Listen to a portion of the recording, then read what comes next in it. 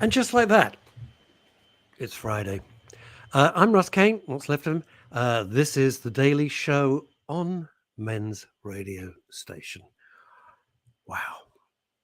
I don't know about you. I'll be kind of pleased in a strange way when Monday is over.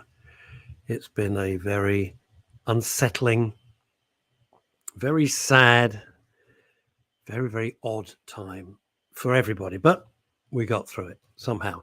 Right. You know her. You love her. Ladies and gentlemen, lovely to Meza. Oh, can't hear a word you're saying. No, no sound. No sound. So Lesley's going, and we bring on. No. Oh, well, then why are you? This is so weird. Should we try again, Lesley? No. Can't hear you.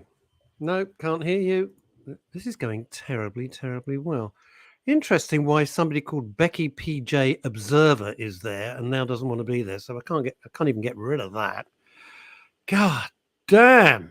This is absolutely ludicrous. Do you ever feel like you're a one-man band? Do you ever think that and you think, what am I doing? What am I doing? And why am I doing it? Right, what we got? Okay, good day. Asa Don Brown coming in from northeast United States. Welcome to you. I saw something today that was just set me off. And it was a picture of oh, here she is. That's nice. Always lovely when people come on. Crazy name. Crazy gal. Eve Phantom. Hi, Eve. So we've got Northeast United States of America and God only knows where. Now, here's the thing. I saw a picture of Philip Schofield and Holly Willoughby. And the Daily Mail decided to post. Holly Willoughby's wearing a mask. Oh, okay, it's none of my business. I don't care. I don't know her. And it says, a somber-looking Philip Schofield paying respect to Her Majesty. And of course, they're wearing lanyards. So they haven't queued. They've gone straight to the front. And if they've queued for a very tiny little bit of time. And I just hit the roof. Number one, it's not news. Right? It's not news. There are hundreds of thousands of people queuing for up to 6 hours. Just up the road from where I live is the back of the queue. And they've just closed because I just got a notification. They've just closed Southwark Park. Southwark Park was like a holding area. Now, if you're watching in America and you're listening in America, I'm talking of listening, hi to everybody on Deluxe Radio. You're getting our stream today because they're not out shopping. Great. Well, whatever they were doing. Anyway, bless you for doing that. Thanks. About 70,000 of you listening right now on Deluxe Radio. Am I going to join the queue, Russ? No, I'm not. No, I am not. I've paid my respects in my own way and in my head, and I'm not going to join the queue. But I respect hugely, and many of my friends and many of my colleagues in the media have joined the queue.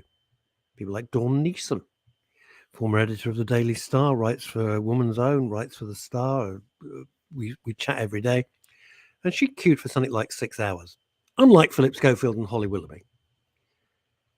I have no time for these stupid PR stunts. You know, it's a photo op. Get over it. Stop it. You know, what are they going to do next? Helicopter in Vanessa Feltz and lower her on a rope? I mean, stop it. It's just not news. And they say a somber looking. What do you think they're going to be doing? Well, you know, song and dance routine. Come on. We see through this bullshit. It's just, I tell you what it is, gang. I think it's just disrespectful to those who have queued for hours and hours and hours. Now, to all my friends and Facebook friends, I don't know you personally on Facebook, but for those of you, so many of you have posted the most fantastically wonderful stories about queuing for 5 hours, 6 hours, 8 hours. Some of you started to queue at 3 o'clock in the morning. Beautiful pictures of London at night. Well done, you. That shows respect. You don't, because you go on some morning bullshit show on TV, you don't get a lanyard and just jump to the front. Why? They're not national treasures. They're multi-millionaires that are paid to do a job that is really not that tricky. Lloyd Beanie. I'm not even going to read this out. Yeah, well, there's some Russian ones that could do it, some Mills that could do it, and Tony Green. Now, Tony Green, we're not kind of. I don't know if we're vaguely related through marriage. I don't mean I'm married to Tony Green because that would just be weird. Tony Green does the continuity announcements on the BBC. Tony's like a relative, and she does the beautifully voiced continuity announcements on the BBC, which I think is just great. Ken Evans, who I had the pleasure of actually meeting for the first time. Good afternoon, Russ. Good afternoon to you, Ken. Lovely to finally meet you. And wonderful Linda Dave. Big news. Linda's son, I don't know if you remember him. We used to work with somebody called Phil Dave. You probably don't remember. Phil Dave? Anybody? No. Yeah, it's a distant memory. Used to have loads of hair, like Alma Cogan, and cutting edge reference there, Russie. And then the hair went, and who knows? Anyway, he posted a picture yesterday, and well, Eve, this is showbiz, baby. Knock knock. Who's there? Phil. Phil who? That's showbiz. Phil Dave set off to climb Mount Kilimanjaro. This is a man who has to have a lie down after he's gone up the yogurt aisle in Marks and Spencer. Telling you. So I've been talking to her. I said, have you done any training? You do realize it's not like walking up Hampstead Heath. This is freaking mountain. Oh yeah, I'm training. And he made it. I'm so proud of him. Does that sound I don't know what you can say anymore. I want to say I'm so proud of him, and that sounds kind of vaguely patronizing. It's not meant that. I'm really thrilled. So he made it. Of course, Lesley Meza, and she and I chat every day just to wind each other up on the phone. And she said, well, you're wearing a balaclava. She said, I was walking around Stanmore the other day, and there was a bloke in a balaclava. Could have been you. I think Phil was hiding in Costco. Because he's only little, he could hide behind one of those big television sets and then pop out a few days later as I've been up Mount Kilimanjaro and look a bit tired. Oh, look, here we go. This is from his mum. I love shows like this. This is from Linda Dave. I read it out because everyone on Deluxe Radio can't see us, which the way I look at the moment is a mercy. Just had a text, and he said, he being Phil Dave, that they are back on terra firma, is that a bar? Terra firma, having a drink, unlike Phil. Do you remember the time that we did a show? And we've gone to Northeast United States of America. Let's get down to no, that's the wrong one. I'm an idiot. Let's go down to Texas. Julie Voice. It's a fantastic name, isn't it? Julie Voice. What a cool name. Hi, Russ. Houston here. Houston, we have a problem. Good morning. How far is Houston from Austin? Because it's in Texas, right? Facebook user. What is this? Hello from... Good God. Hello from Javia, North Costa Blanca. It's 29 degrees, sunny and hot. I don't know who you are, but I hate you straight away. Not happy because we're flying back today. Oh, gosh. Why bother? Why bother to come back? There's nothing to come back to. What is that? Thanks, Tony. I really am. And what does this say? You... God's sake. And suddenly I'm 13 again at a bar mitzvah. Mazel tov, Linda, you must be quelling. I'll translate that. No, I can't be bothered. It means that she must be very happy. So Facebook user, Azadan Brown, who's the top psychotherapist, I vaguely recall a chap named Phil Dave. I don't, Aza. I'm on statins. It stripped my memory, as my close friends and family know. Excellent news that Phil reached the peak. Phil reached his peak when he was about 28. He's 35 now. And let's not kid ourselves. It's all downhill from now. Danny Rolnick. Excellent email from you, Danny. You did say it was you, wasn't it? You sent me a wonderful email and a terrific post today, and Danny queued for God knows how many hours to see the lying in state, and and that's really something. It's really something. I thought about it, and then I thought, no. I know, Linda. I know he's approaching 40. He's approaching 40. Our theory is, we talk about Phil Dave quite a bit. Theory is that he's actually just renting out his new home and he's moved back with you. Ladies and gentlemen, you know her. You love her. Should we try again? Please. Sounds good.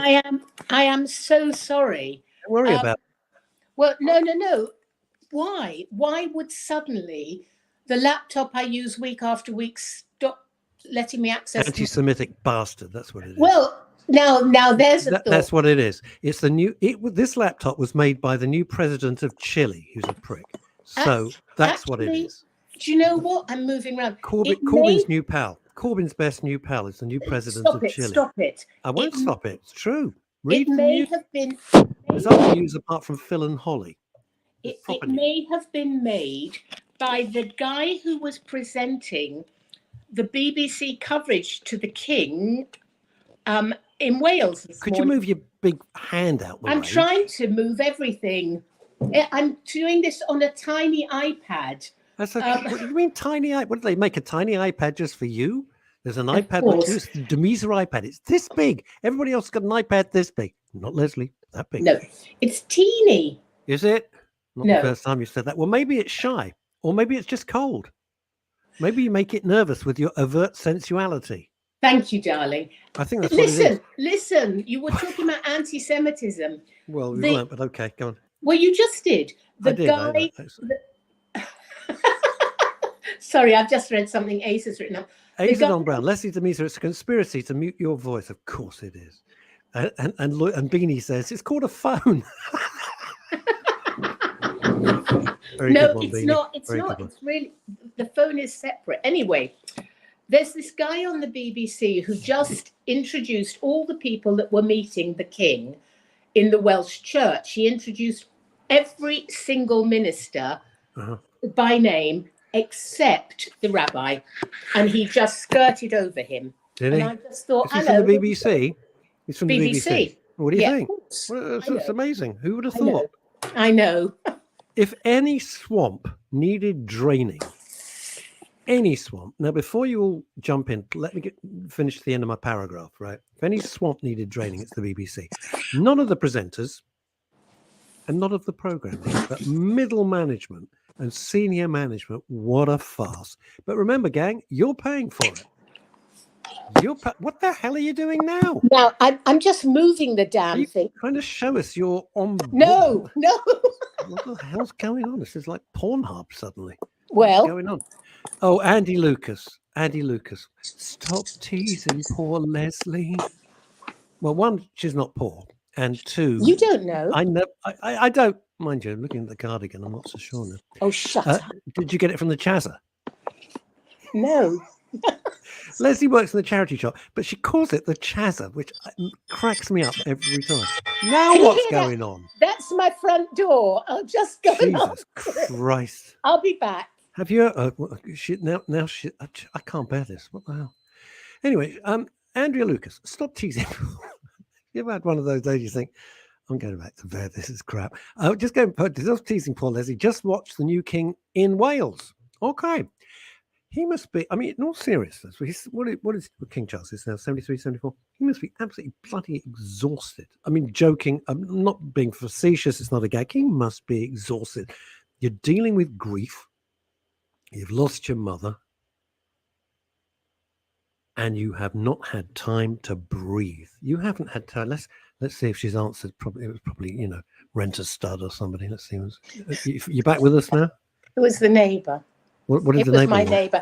I don't like this. I don't like how I look on. Well, it's kind of exciting. I'll be honest. There's a few people, having a frisson of extra joy this morning. It's all bosom. Is it? Well, there we are. Well, nothing to complain about there. Then this isn't showing decorum, but frankly, we're exhausted. We're exhausted. We're showing decorum in our own way. Look, I'm wearing a black shirt, black tie. What's missing is Oswald Mosley. Right. Ramsey says, I never realized that you're in rocking form, everybody, today. Why a houseboat? I never realized that the lovely Lesley lived on a houseboat, and that houseboats it looks the angle of the camera from listening on Deluxe. It looks like she's in a tiny little low houseboat. Maybe she is. God only knows. What have we got from Andy Lucas? There was a representative of the Jewish community who spoke, no rabbi. Okay, fair enough. Okay, well, never mind. He still had a name. What's this? Question. Notice Richard Dimbleby is on ITV. Has he had a bust up with the BBC too? Absolutely no idea, Danny. I don't know. Now, this is an interesting thing from the Queen of Horses, who always gives me my betting tips. Bless you, Rosemary. I don't have an iPad or computer. So you've got a phone. So presumably you watch everything on the phone, or you don't have a computer, not a laptop, nothing. Wow. When my laptop, wasn't functioning, my life ceased to exist. I've got everything on it. Just like everything, especially the new book. What we got here? It came up, as did the Muslim guy's name. Okay, well there we go. Yes, I think it's Jonathan Ramsey. I don't think it's Richard Dimbleby, who died many, many years ago. It's his son, Jonathan Dimbleby. There was Jonathan Dimbleby, David Dimbleby, sons of the great. What was his name? Richard Dimbleby, who did all the state occasions. Oh, hang on. Boy, this is good. I don't have Wi-Fi. So, Rosemary, how are you watching the show? How's that working? You don't have Wi-Fi. Why is Andrea? Why nothing? I don't know. I don't understand how that works at all. How's she listening? Jonathan, if you don't have Wi-Fi and you haven't got a computer and you don't have a laptop, you've got nothing. So presumably you're on a phone, but you must have some Wi-Fi because you're watching the show. So it's coming, unless it's magic. I got a question for everybody. Apropos of nothing, but that is the way my mind is working today. It's all over the freaking place. And it's this. I'm a big fan of J.K. Rowling. I'm not getting into the whole. I'm not getting into the row because I don't understand. I'll be honest with you. I don't actually understand it, and it's not top of mind, and I'm just not getting into it. So, just as a writer, just as an author, just keep it sane as we do on Men's Radio. Here's my question. I've read all of J.K. Rowling's books, and Lesley and I've chatted about this on the phone, and I know we have different views, but I particularly like her Cormoran Strike novels. Cormoran Strike, she wrote under the name of Robert Galbraith. Why? Go figure. And she created a detective who lives in Denmark Street in Soho in London, blah, blah, blah, blah, blah. And he's a detective. It's a sort of, Raymond Chandler type thing. And the new book is called The Ink Black Heart. Now, most books are between 80,000 words, okay, and say 100, 110,000 words. And if you're listening on an audio book, it's about 6 to 8 hours. So I downloaded the book straight away on audible.com, which I do because when I'm walking Ebony, I love listening to the books. I'm getting to my question in a sec. And I look at my phone to see the download. This book is 34 hours long. 34 hours. So I do some research, not too tricky for me. It's 1,000 pages. Now, this is a detective book. It's not some Middle-earth epic. It's a detective story, right? Somebody's been murdered. They've got to solve the case, essentially. It's 1,000 pages. And I'm thinking, Jesus Christ, it's ridiculous. Anyway, I'm 21 hours into listening the book, all right? 21 hours. And I'm thinking to myself, I actually don't care what happens. I don't care who did it. And I've never read a book where every character is horrible. They have no redeeming features. They're all awful. So you're kind of reading this thing and thinking, well, I don't care if they all get killed because they're all horrible, horrible people. And I feel guilty. Should I give up? God's sake. No. Should I give up? I've made a commitment. I've made a commitment so far of 21 hours of listening to this book. What should I do? You've made a commitment to a book. You haven't made a commitment to a human being. I mean, I would suggest that instead you try listening to Ulysses. I tried that. Oddly enough, you were being sarcastic, and I downloaded it. I downloaded it about a month ago, and I gave up. I didn't enjoy it. And then you said, I've got to listen to the monologue. Well, Molly's monologue. Yes, there was a fabulous. I didn't enjoy Ulysses. It wasn't for me. It's not an easy book to read. Yeah, most people can't get through it. However, there was a wonderful documentary on BBC4 the other week about it, which I loved, and I thought, maybe I'll try again. On the other hand, I haven't actually got round to it yet. This is Beanie, whose naked ambition. This is every Friday. Beanie turns up only so he can lust after Chantal Rickards. This is all well and good, says Beanie. But how long do I have to wait for Chantal? 10 minutes. Shut up. Jeez.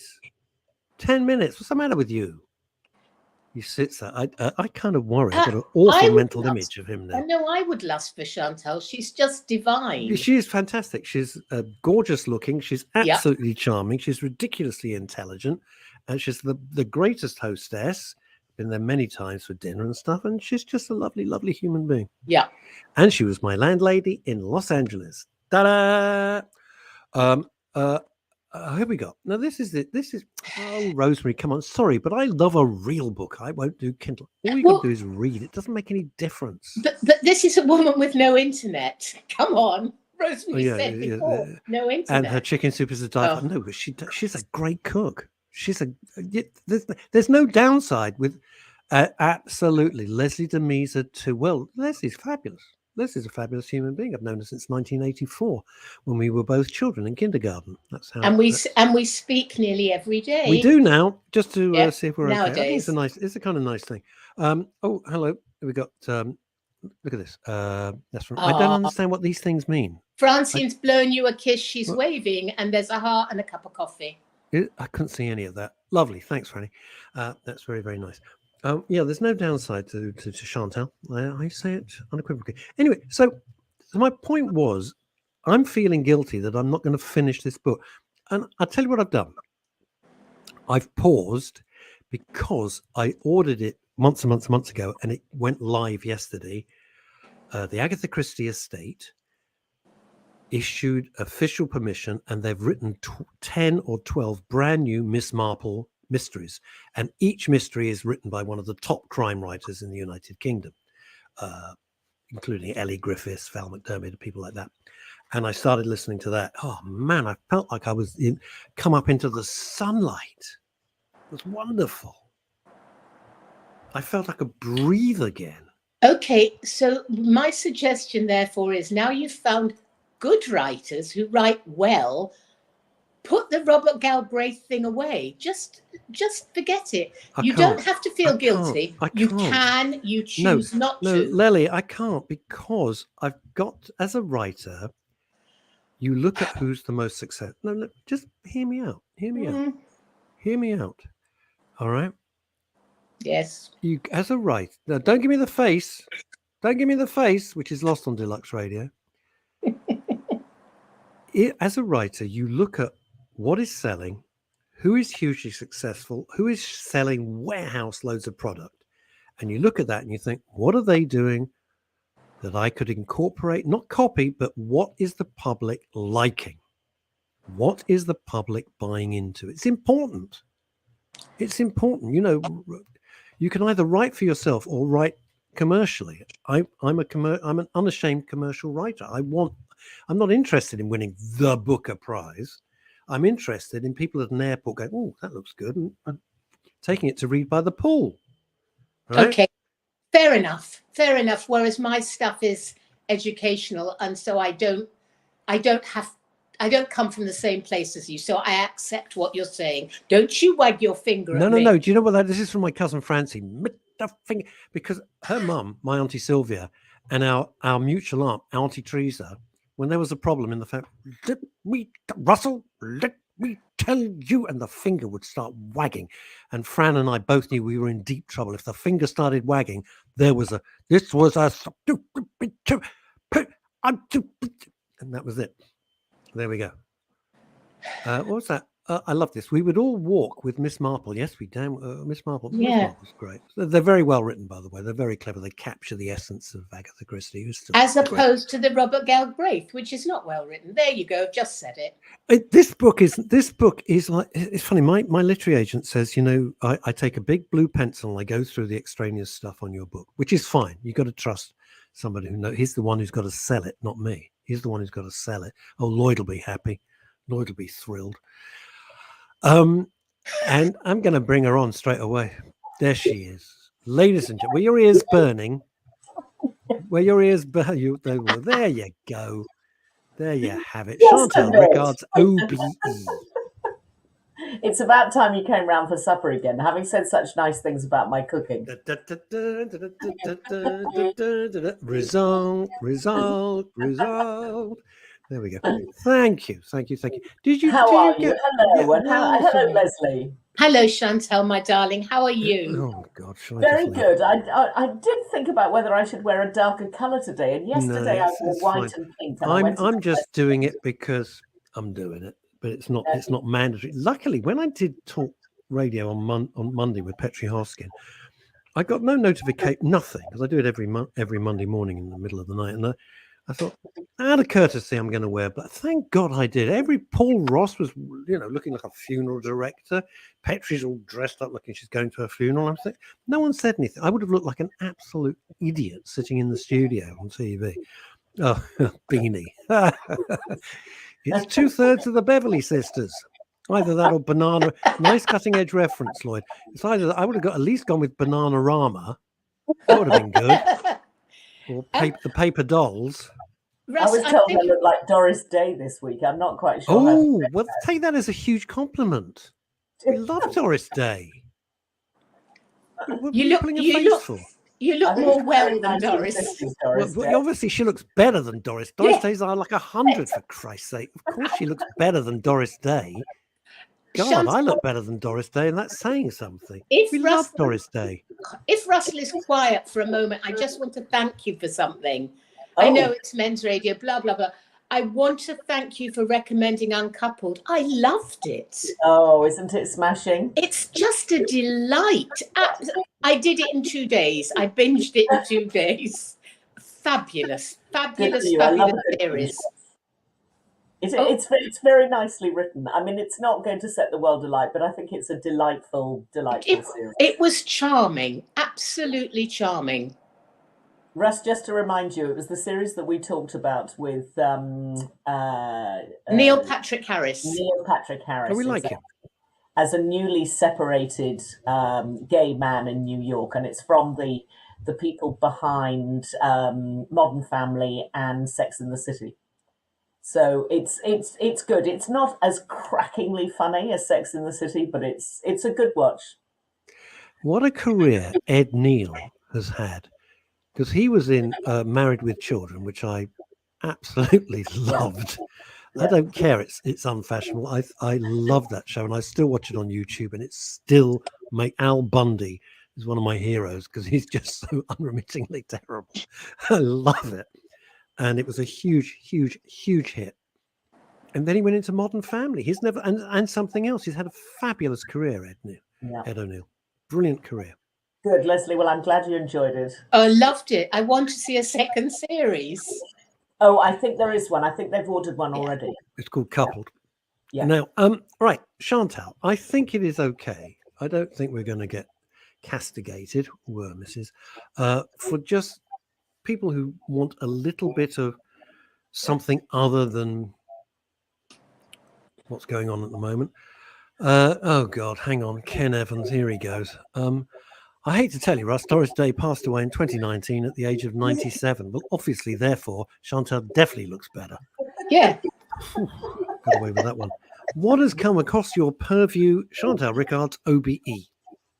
Well, it's sort of mixed bag because we haven't chatted for a couple of weeks. A lot of good stuff has been coming out in sort of dribs and drabs. Everybody thinks it's September's back to school time, and and the schedules open up, and really good things that have got a lot of money put behind them tend to pop up onto our screens at this time of the year. And we had the Emmys last weekend, and lots of the recommendations that we've talked about over the last year won Emmys. I'm very pleased to say things like Succession, which I know is a favourite of yours as well, and Ted Lasso, which was filmed. That was you. You pushed that one. Yeah, absolutely loved it, and that one as well. And the best actress went to Jean Smart, who's the lovely woman who features in Hacks, the television series that you enjoyed about the. Oh my God! I'm going to see the woman who plays the actor who plays the young writer. I'm going to see her doing stand-up next month in Soho. Oh. She's over here. Yeah. Oh. Got the tickets. Well, my cousin got the tickets actually about 8 weeks ago. Very good. Excellent. Anyway, so there seems to be a lot of anniversaries around at the moment, and people, sometimes people in the media get rather lazy, and it's an easy thing to find something to hang a story on, is an anniversary. And this television series I'm just about to tell you about, which is called Munich Games, is absolutely that. It's referring back to the Olympics 50 years ago in Munich, where 11 Israelis were taken hostage and murdered.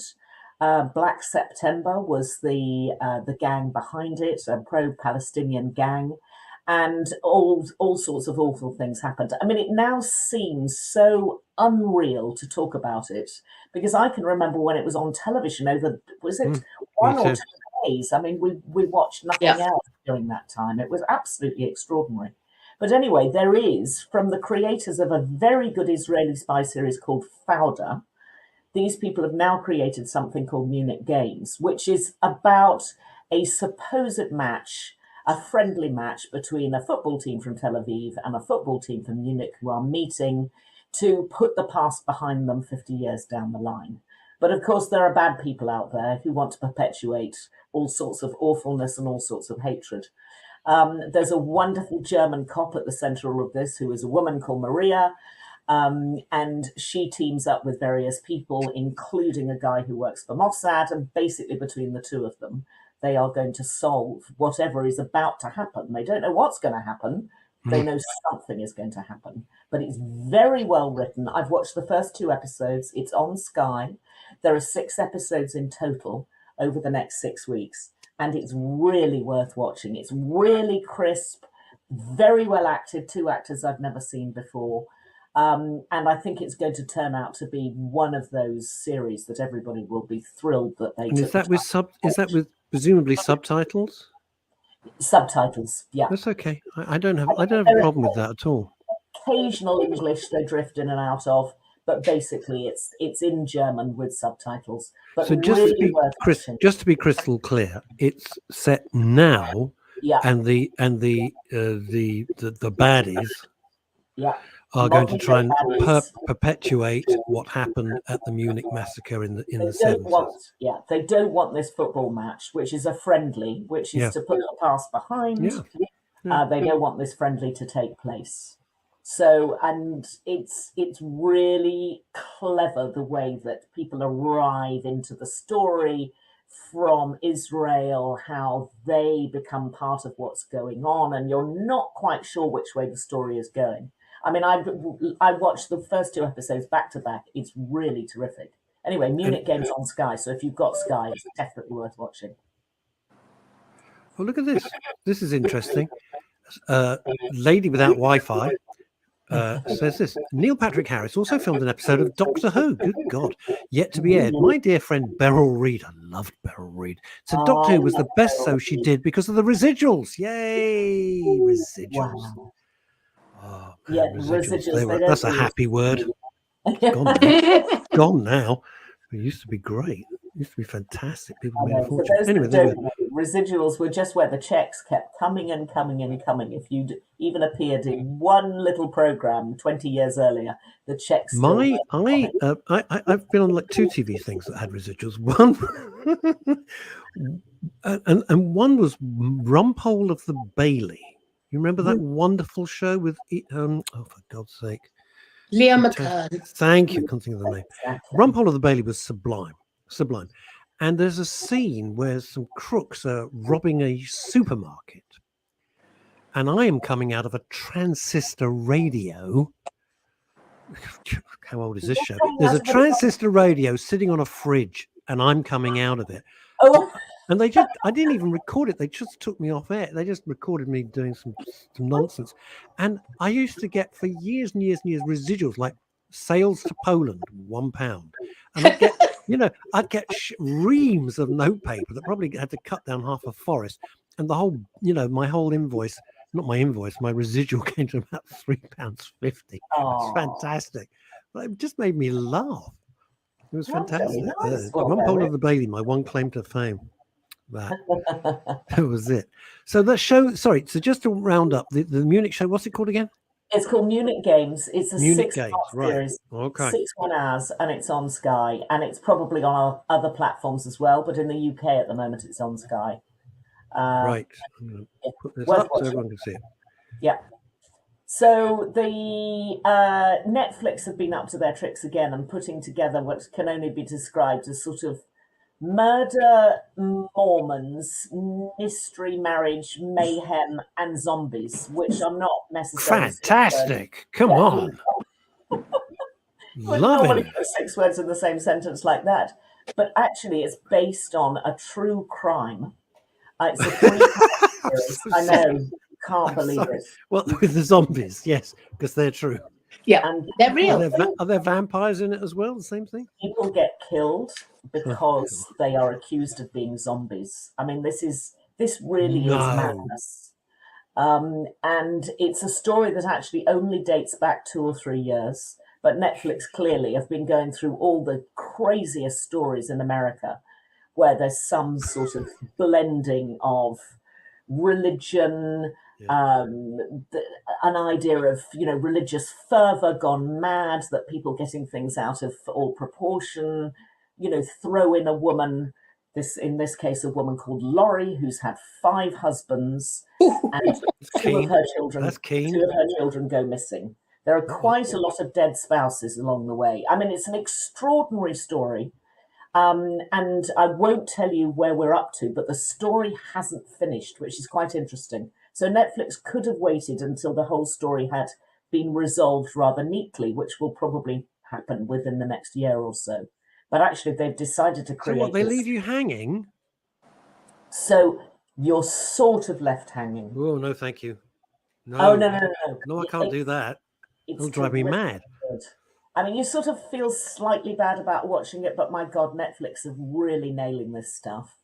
And true crime is such a popular genre. Huge, isn't it? It's an extraordinary story. It's one of those you think, like the Tinder swindler or the Tiger Kings guy. You go, I can't believe there are people out there like this who are that crazy, and then suddenly you realize they are batshit crazy. They really are batshit crazy. I mean, the Joe Exotic thing, I could not get over that show. Yeah. I started to watch it. I thought, well, I'll give it a few minutes.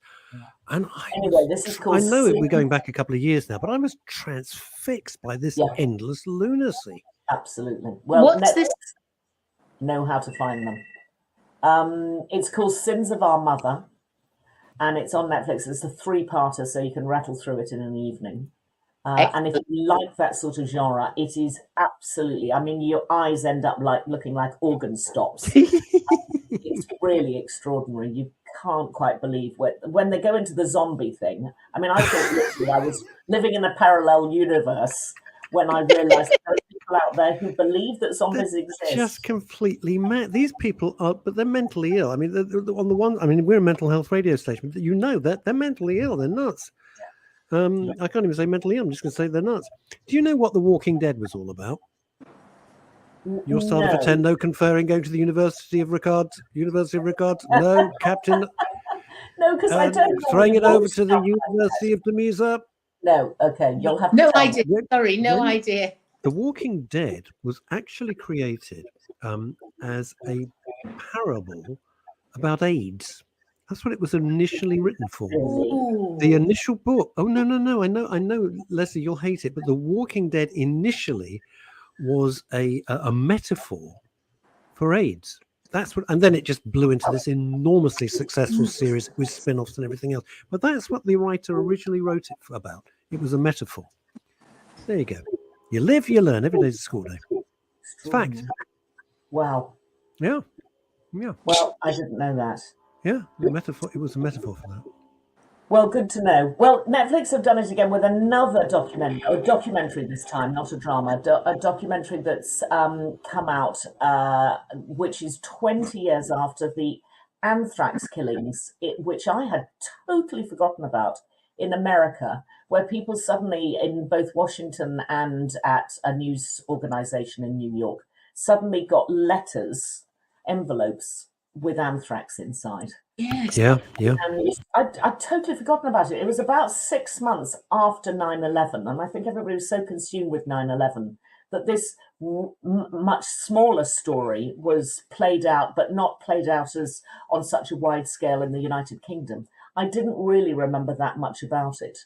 But Netflix have put together just a 2-hour documentary about it, which got great access to the people who were actually involved in it, including the FBI, and about how they tracked down or attempted to track down the person behind it.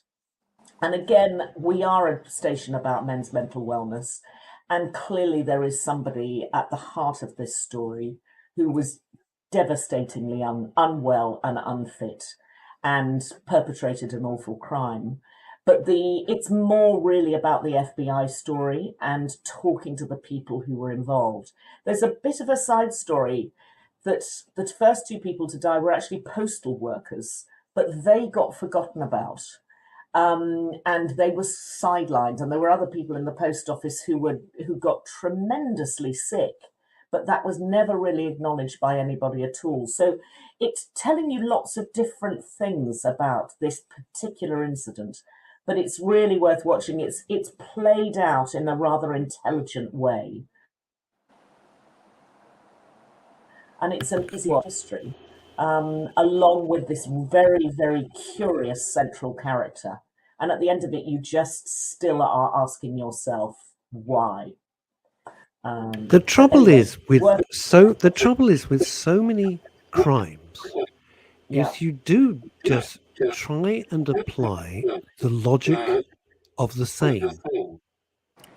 But what you get, of course, it's quite impossible to do.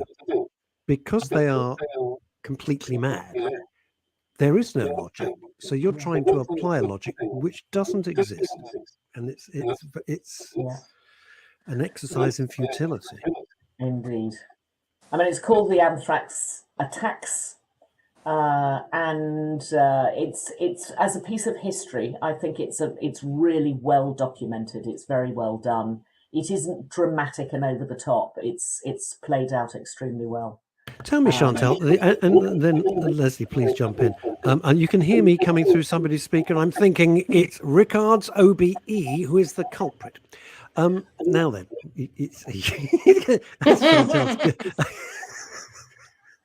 that's Chantal's oops face. Are you getting feedback from my? No, I just hear myself, and I hate hearing myself, to be perfectly honest. I really can't stand it. You wouldn't think that, but it's the truth. Now, it was 9/11 very, very recently, and I know it was completely overshadowed by the passing of Queen Elizabeth II. I understand that, but even on social media, and I posted some stuff, because it was so horrific and awful and terrible and unremittingly ghastly and changed the world, it was almost forgotten. It seemed to just glide. It seemed to glide by. A few people put up pictures of the Twin Towers. I wrote something because I thought it behooved me to do so. Not because I'm a social commentator. I'm far from it. I hate that term, but I just felt morally bound to do so. But it almost went unnoticed this time round. 3,000 people killed. 3,000 people killed in one day.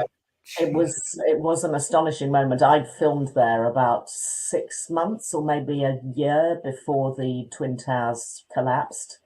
I wasn't in New York at the time, but I was running the Food Network in the United Kingdom, and those programs were actually being played out in the UK. And I immediately changed the schedules, as did every other person running a television station in the UK and a radio station, to make sure that we weren't being, insensitive to what was going on.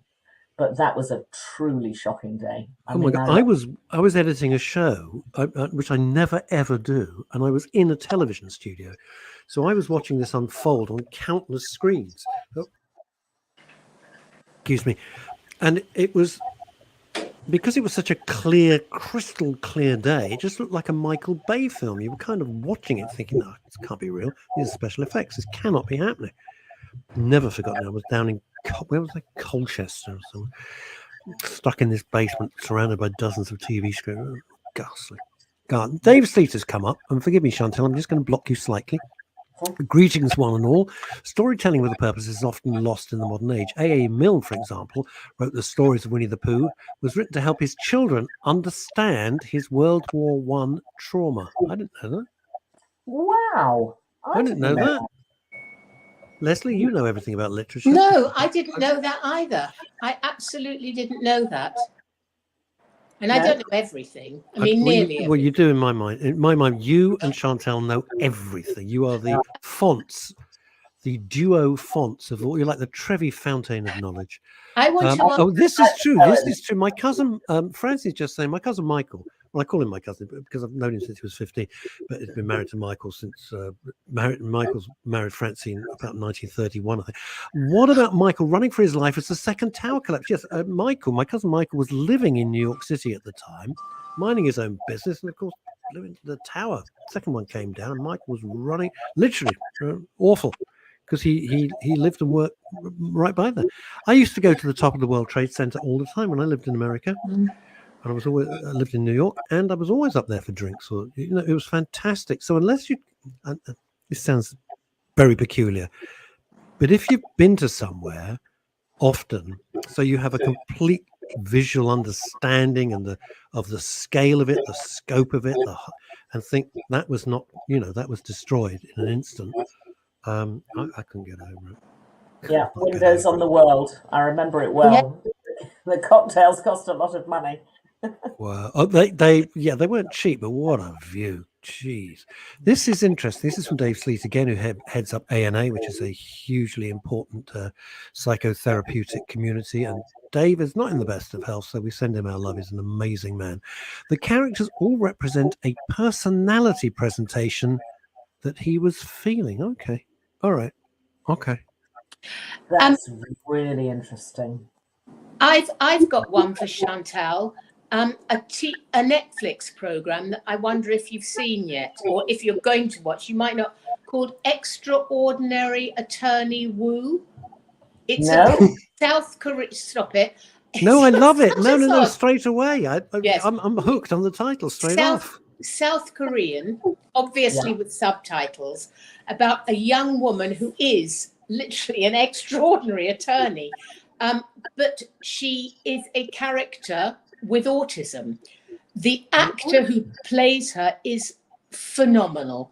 It's, I love South Korean programs. I think they're beautifully made, really good production values. And I've watched the first 2 episodes and just thought, I really want to watch more of this. It's delightful, absolutely delightful. How interesting. It's worth having a try. Just watching how the people around her operate and then change to work with her, as opposed to being astonished by her behaviors and things. Really interesting little drama. I don't know how long the episodes are. I think about 50 minutes or something. Yeah. Well, good to know. I mean, Squid Game, which was the big South Korean drama that everybody was watching a year ago, that won lots of awards at the Emmys last week. Yeah. So, and deservedly so. Absolutely. Series. They've got some very creative people working in film and television in South Korea. Yeah, and there are some beautifully creative bits in this. I don't want to spoil it by telling you what they are, but they work. They work brilliantly. Wow. Okay. Well, that sounds great. Well, I wanted to give you something else that's a lot more cheerful. I try when I can to find a good sports documentary for the guys listening to the station. And do you know where the America's Cup comes from? Because I didn't know until I actually started researching. The water comes from the water. Yeah. No, it comes Somewhere from in the water. It comes from a race from the Isle of Wight. It started as a round the Isle of Wight yacht race. So we created it. It was something called the 100-pound cup. Very, very tall, elegant cup. And it is now the world's most expensive, most well-known yacht race. And it was won in the very first year by America. And it was then retitled the America's Cup a year later.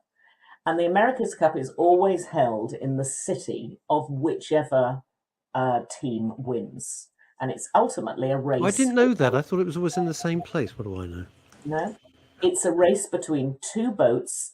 The design clearly has changed many times over the years. So actually now, if you look at the designs, they're these carbon fiber boats that sort of sit above the water, and they just go like rockets. They used to be rather elegant J-class yachts, wooden-built yachts. But it's been continuously going since 1850, 1851 or something. And there's no timetable. It might happen 3 years down the line or 4 years down the line, or when anybody decides to challenge the country that holds it. So this story, and again, it's another Netflix show who are really knocking them out at the moment. It's a 2-hour documentary, and it's called The America's Cup. It's part of the Untold series of programs on Netflix, and it goes back to 1983 when some plucky Australians decided to challenge the Americans in Newport, Rhode Island. And the whole thing is about the design of the keel, which they literally kept under wraps. Nobody was allowed to see the shape of it, and the shape of it was dynamic. But it basically ends up, and they've got fantastic people who've contributed to this documentary, who are talking about the skullduggery by the Americans, who were trying to prove that there was nasty, naughty dealings going on by the Australians, and they were trying to take them to court, saying you can't do this and you can't do that. There was a lot of bad sportsmanship. I mean, masses of bad sportsmanship. And I'm not going to tell you what happened, because I didn't know ultimately what had happened until I watched the end of the documentary, because I wasn't watching the America's Cup in 1983. But it's a terrific documentary. It's a great story. The whole of Australia was rooting for their team, including the Prime Minister. And there are lots of wonderful bits of archive about how Australia gets behind it as well. But it's a really, really upbeat documentary. Isn't it interesting? Really it's the mark of great documentary makers that they can take a subject that you have zero interest in. Exactly. I mean, what do I know about sailing? Nothing. What do I know about the America's Cup? Even less. And yet, it's the sort of thing you watch because it's beautifully crafted, beautifully made, and it engages the viewer and takes them on a journey. And that's it's much easier if somebody makes a show about Formula One. Boom, I'm in. But that's an easy sell to me. But that wouldn't be. Or somebody makes a documentary about Kiss or Van Halen or Rush. That's it. That's it. I've got a question for you. I'm going to ask you the question, Chantal, that Lesley was very damning with me about. Yeah, I'm sorry, I can't let it go. No, obviously you can't. Shut up. Just shut up. I mean that in a loving, caring, broadcasting way. Yes, of course you do. Right, yeah, here's the thing. Right, J.K. Rowling, right, writes as Robert Galbraith. I'll keep this really short. Her new book is 1,000 pages long, 34 hours on audio, right? I'm 21 hours in, and I don't care what happens. And I'm about to kind of walk away and pause and go back to the brand new Agatha Christie, Miss Marples, written by the best modern crime writers in the UK, authorized by the Agatha Christie estate. Should I be feeling guilty or not? Chantal Rickards OBE. No, walk away. Thank you. Life's too short. How many books are you going to get to read between now and when we all start pushing up daisies? And I think if you're not enjoying it, move on. You see, I'm 21 hours invested. You see, it's like a bad marriage. I'm 21 hours invested in this thing. I keep thinking it's going to get better, and it gets worse. No, but if it's only curiosity that's hang in there, just wait until somebody does the précis, read it on Wikipedia, and then at least you get the satisfaction of knowing what happened without spending another 20 hours of your life that you'll never get back. Thank you, Chantal. Supposing I sit down for dinner with Joanne Rowling and I have to say, I gave up on your book and she's the most successful author of all time. And I go, well, Joe, don't know how to tell you this. I thought your book was pants. How many books have you written, Russell? Well, 2. Well, then shut your face. And then she'll go on to have some smoked salmon and ignore me for the rest of the dinner. This is how my mind works. I think you've devoted a lot of time. You don't need to devote any more. Thank you, Chantal. I think you're absolutely right. And I'll tell you something. You're right. Thank you. I'll tell you something. We had the wonderful Janice Hallett. I'm a big Janice Hallett fan. You may not know who she is, but she's come out of the box from nowhere. Wrote her first book, crime book, went nuts. Wrote the second book. Most people's second books are not as good as the first. It's like a bit of the brilliant. And we tweet every day. Me and Janice, God knows why, but we do, right? And we had her on the show. And I said to her, and I said when I read the first book, I said, what you've pulled off here is brilliant, because the first book, which is called The Appeal, right? There's no character description. It is all emails, texts, or transcripts of voicemail. And yet you imagine completely what the characters are.